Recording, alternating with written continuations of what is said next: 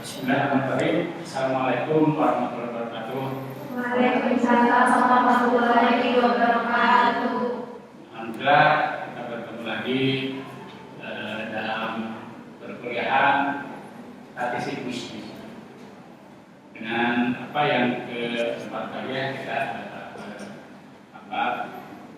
bertemu muka ya, waktu kita hybrid ada juga yang melalui online dan sekarang kita offline.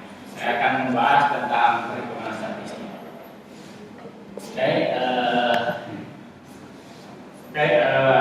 Statistika dan statistik. Ya. Jadi statistika adalah salah satu cabang ilmu matematika. Ya, saya juga mengajar matematika bisnis. Jadi matematika bisnis terapan yang berhubungan dengan cara pengumpulan data atau penganalisisan serta penarikan kesimpulan berdasarkan kumpulan data. Ya, jadi itu fungsinya statistik itu untuk ya.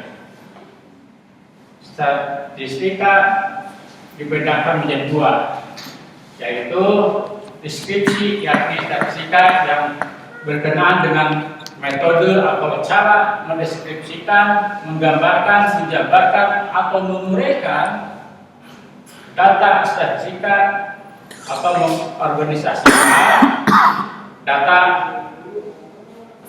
menemukan nilai rata-rata atau X-bar, hitung median, modus, standar deviasi, dan membuat tabel distribusi, referensi serta diagram atau grafik.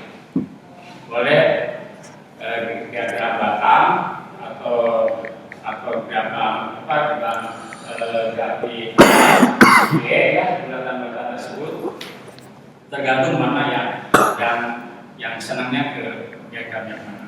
Terus inferensial, yakni statistika yang berkenaan dengan cara penarikan kesimpulan berdasarkan data yang diperoleh dan sampel untuk menggambarkan karakteristik atau ciri dari suatu populasi.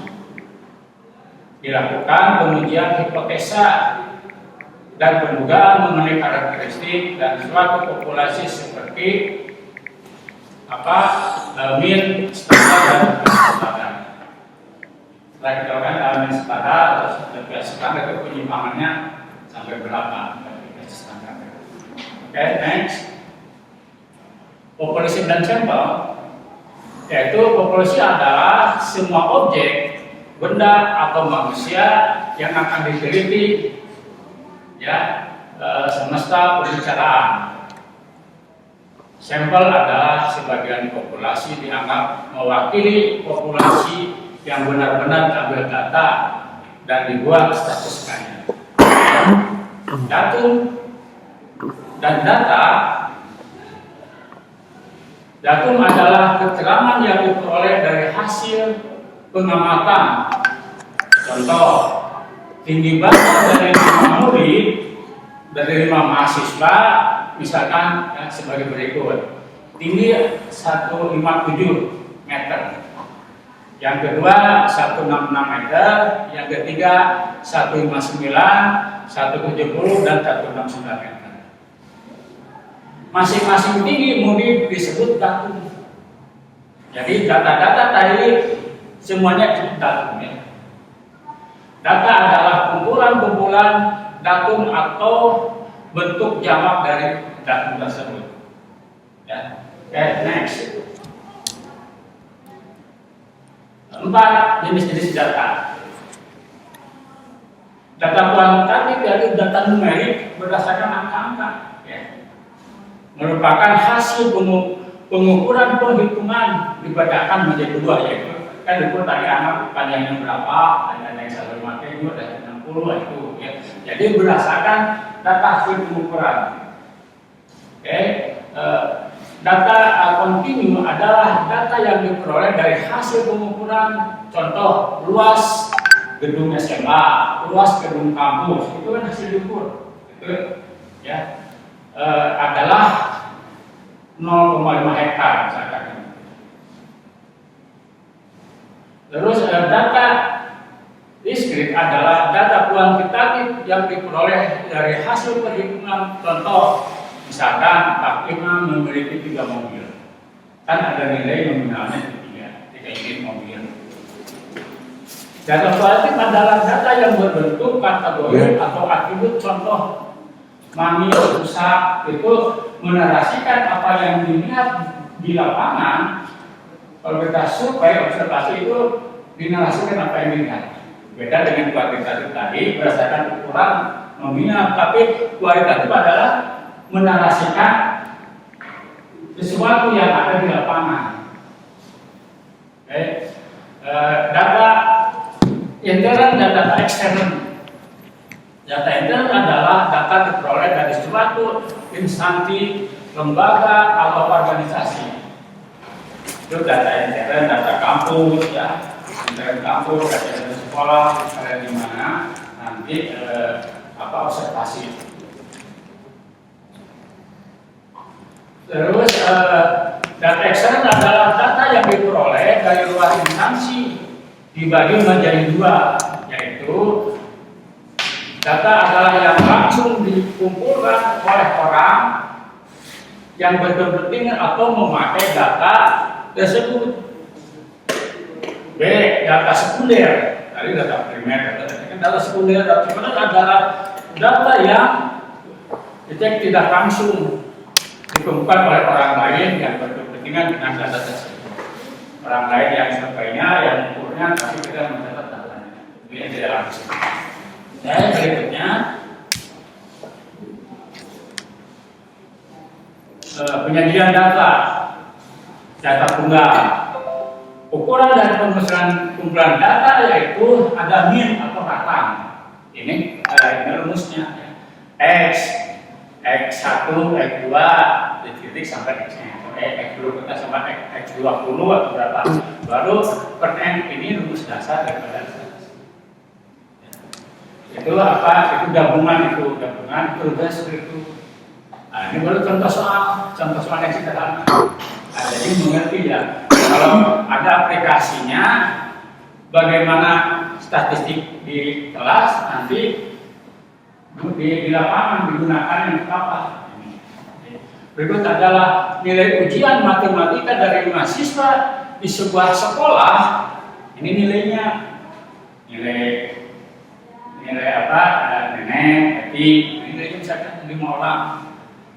Nilai A 70, nilai B 75, nilai C 60, nilai D 60, nilai E 80. Ini data berdasarkan hasil riset penelitian, bukan karangan. Oh si A ini data. Tinggal masukkan rumusnya. X bar, ini rumusnya dengan simbol-simbolnya seperti itu, ya. Terus per N masukkan saja, ya. Dengan X 1 sama dengan 70, X2 75, X3 dan selanjutnya X5. Yang 5 tuh tadi kayaknya yang ukurnya 5. Kalau 100 ya 100 yang ukurnya. Karena yang tadi memperoleh datanya 5 hanya contoh saja. Ya, kalau lapangan bisa saja berapa lebih dari 100 gitu kan ya. Oke, dengan demikian maka X rata-rata 70 plus 75 plus 60 plus 16 plus 80 9.350 dibagi jumlah tadi siswa 5. Jadi maka nilai rata 70. Mudah ya kan kan? Jadi rata-rata hitung nilai ujian matematika dari 5 siswa itu ada 70 ya. Oke, berikutnya.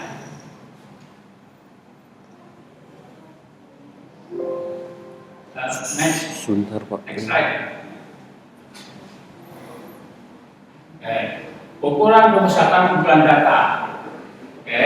Dua modus dari data yang tadi X1 ya X2 sampai dengan Xn. Didefinisikan yaitu nilai datum yang paling sering muncul, nilai datum yang memiliki frekuensi terbanyak, terbesar. Munculnya banyak yang 70, berarti frekuensi dari 70 itu ya, yang terbesar. Contoh soal, diketahui data tersebar dengan susunan, nah seperti ini. Ya, ada 92, 63, 60, 81, 91, 83, 60, 71, 84, 56, dan terus 49, 80, 99, sampai 67.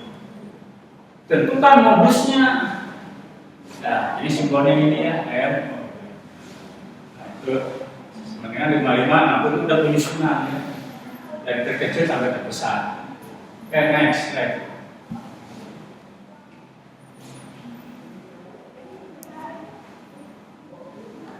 Ukuran pemusatan kumpulan data yaitu median atau nilai tengah. Syarat data harus diurutkan dari terkecil hingga terbesar. Ya. Jika N ganjil, B jika N genap. Ya, kan? Nah, ini sudah mulai agak ini ya. Kalau fokus, insya Allah lebih ngerti. Jika N ganjil atau jika N genap. Ini rumusnya median sama dengan X. Ya. 1 min 2 dalam kurung N plus N min 1. Nah, itu rumusnya median. Itu median yang genap. Median sama dengan 1/2 dalam kurung XN per 2. Oke, itu rumusnya ya, bisa-bisa ya. Terus contoh soal, diketahui data sebesar dengan susunan 92, 63, 61, 49, 89, dan selanjutnya. Tentukan mediannya, jawab median 73. Tapi ini sudah diukur, sudah dimasukkan rumus ya. Hasilnya nanti ada di slide berikutnya. Oke, next. Ukuran data kuartil atau data tunggal. Ya. Untuk Q1 berarti kuartil 1 ya. Jika N ganjil X 1/4 N ya, poin 1 ya. Rumusnya jika N genap maka X 1/4 N titik 2 ya, dikali 2 ya. Terus B untuk Q2 menggunakan rumus yang sama dengan mencari median. Baik untuk data berjumlah ganjil ataupun berjumlah genap. Untuk Q1 jika N ganjil maka gunakan X 3/4. Nah, tinggal masukkan rumusnya. Walaupun tahu nanti ada SPS berapa, ada Amos, tapi perhitungannya seperti ini. Ya, ini statistik dasarnya sebenarnya harus mengerti dulu di sini, yang dituju ke yang pakai perhitungan, yang pakai menggunakan aplikasi. Ini statistik. Tentukan Q1 dan ketiganya. Jawab kuartil bawah Q1 sampai 60, kuartil atas Q2 upper limit control atau lower limit control, maka itu median limit control, tengah-tengahnya ya, dari mediannya. Jadi apa batas atas, batas bawah. Oke, berikutnya. Ukuran data kumpulan data statistik 5 serangkai. Kuartil 1, kedua, ketiga ini ya, X minimum dan X maksimum. Misalkan soal nih, kalau statistiknya banyak kajian soal, apa yang dibahas nanti pulang, buka setelah istirahat, jadi buka lagi, jadi memorinya dimakan lagi. Dikatakan data sebagai berikut: 41, 52, 66, 68, 69, 53. Ini sudah banyak ya. Kalau tadi biasanya menilai siswa, ini sudah berapa siswa? Udah 23 siswa, 20 siswa. Jadi yang dari siswa itu variasi nilainya. tentukan statistik 5 serangkai. Jawab, setelah data diurutkan menjadi ini tuh 41. Jadi urutan 41 ada berapa? 2. Yang muncul 41 ada 2. 42. Terus yang banyak muncul lagi berapa? Itu disebut frekuensi pembelajaran yang lebih banyak.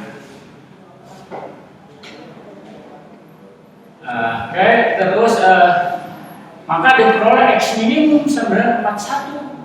X yang terkecil yang ini 41 merupakan data yang nilainya terendah.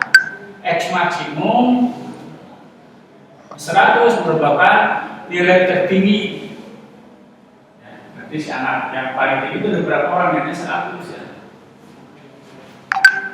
Q1 53 merupakan kuartil bawah, Q2 67,5 merupakan kuartil tengah atau median. Ketiga, 9 merupakan kuartil atas. Itu yang paling atas kuartil. Setelah dimasukkan rumusnya, maka nilainya seperti ini. Oke, next. Ukuran letak kumpulan data, ya, desil urutan atau letak desil ke 1 sama dengan 1/10 dalam kurung N plus 1 tutup kurung. Ratan kuartil atau RK dengan rumus RK min 1/2 kurung buka Q1 titik Q3 tutup kurung. Ratan 3 kuartil sama dengan ya minus 1/4 dalam kurung Q1 2 titik Q3. Nah, contoh soal, tentukan D dan D dari data. Ya, maka kita punya data 40, 30, 65, 45, ya. Terus 60, 80, 95, 100, ya. Jawab, data yang telah diurutkan dari terkecil hingga terbesar. Maka terkecilnya 30, yang terbesarnya 100. Setelah tadi acak sembarangan nulisnya 40, 30, maka diurutkan data diurutkan. Mesti ke dalam matrik ya. Nanti setelah matrik bisa dibuatkan belakangnya, grafiknya. Dengan nilai D itu nilai data ya yang ke nilai rumusnya X sama N plus 1/10. Itu berikutnya. Maka D 1 dan D2 adalah nilai data ketiga. Jadi D3 nilai data ketiga 3 dalam kurung 13/1/10. Ya. Nilai data ke 42/10. Nilai data ke-4, kan? Yang tadi yang sudah ada data tadi yang sudah tersusun dari terkecil sampai terbesar, maka masukkan ke rumus yang tadi. Dari mana rumusnya? Nah, itu untuk apa? Statistik unit. Nanti kalau ini itu baru pelajaran rumusnya dari mana? Itu kan hanya statistik bisnis. Jadi kita menggunakan rumus yang telah orang-orang terdahulu membuat rumus seperti itu. Ya, kita menggunakan dari rumus tersebut, ya rumus tadi ya sudah seperti itu. Jadi 45 nilai dari ke-5 sampai dengan nilai data ke-4, 45 plus 5 dalam kurung 50 min 45 dalam kurung, maka disederhanakan menjadi 45 ya plus 1/5 kali 5. Maka diperoleh ya. Nah, nilai data ke-7 13 plus 1 kemudian 10 sama dengan nilai data per 10 80/10, nilai data ke-9 8/10 di antaranya. Nilai data ke-9 plus 80 nilai data ke-10 nilai data ke-9. Maka maka rumusnya seperti ini. Ya. Nanti kalau sering latihan antara pikiran, ucapan dan tangan akan berjalan sendiri. Bahkan nanti kalau udah ahli, tangan itu lebih duluan. Tangan gini aja terus ngisi. Tapi kita kemana saja karena apa? Karena ya sudah apa lagi gitu kan. Ya. Seperti kita sholat kan lupa, tapi ucapan terus aja kan. Sampai mana gitu kan? Ini itu makanya sering berlatih tentang statistik seperti itu. Sering membuka buku, sering melatih, sering mereka soal-soal. Bisnis kan ini logika ya, logika yang statistik bisnis jadi mereka untuk logika pelajaran sebelumnya sebagaimana logika statistik. Setelah data ya menjadi datum, data yang tadinya terkumpul maka disusun dari kecil sampai terbesar. Maka diperoleh berapa jumlah siswa 10 ya per 10 maka diperoleh seperti itu. Berikutnya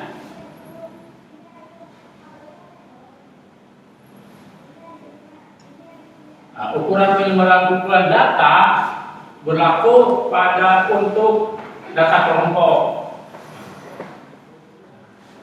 Apa itu jangkauan ya, atau rating per range dan kurung R sama dengan X minimum min X maksimum. X maksimum min X minimum. Jangkauan antara kuartil atau JAK dan rumus H sama dengan Q3 min Q2 kan ya. Simpangan kuartil atau jangkauan semi antar kuartil atau JSAK dengan rumus kuartil 4 sama dengan 1/2 Q3 min Q1 dalam kurung. Langkahnya yaitu menggunakan rumus ini. Masuknya rumus L ya 3/2 titik titik I2 dalam kurung. Ya. Okay. Pagar dalam dan pagar luar. Ada pagar dalam dan pagar luar. Apa tuh? Jadi pagar dalam dengan PD min kuartil 1 min L. Ya. Pagar luar yaitu PL sama dengan Q3 min L, karena paling luarnya. Di KP X lebih besar atau sama dengan itu ya X1 atau lebih kecil sama dengan P1, maka ditanamkan data normal. Maka dalamnya dinamakan data normal. Jadi datanya data normal ya. Jadi tadi ulangi, jika P titik lebih kecil atau sama dengan X1, ya, lebih kecil sama dengan P1, maka datanya dinamakan data normal. Jika X2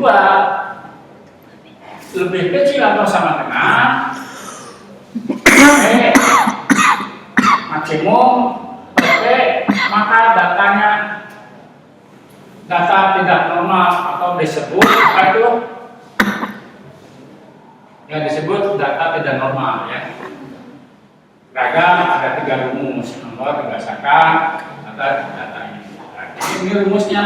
Nah, ini untuk apa ragam data rumus minggu depan.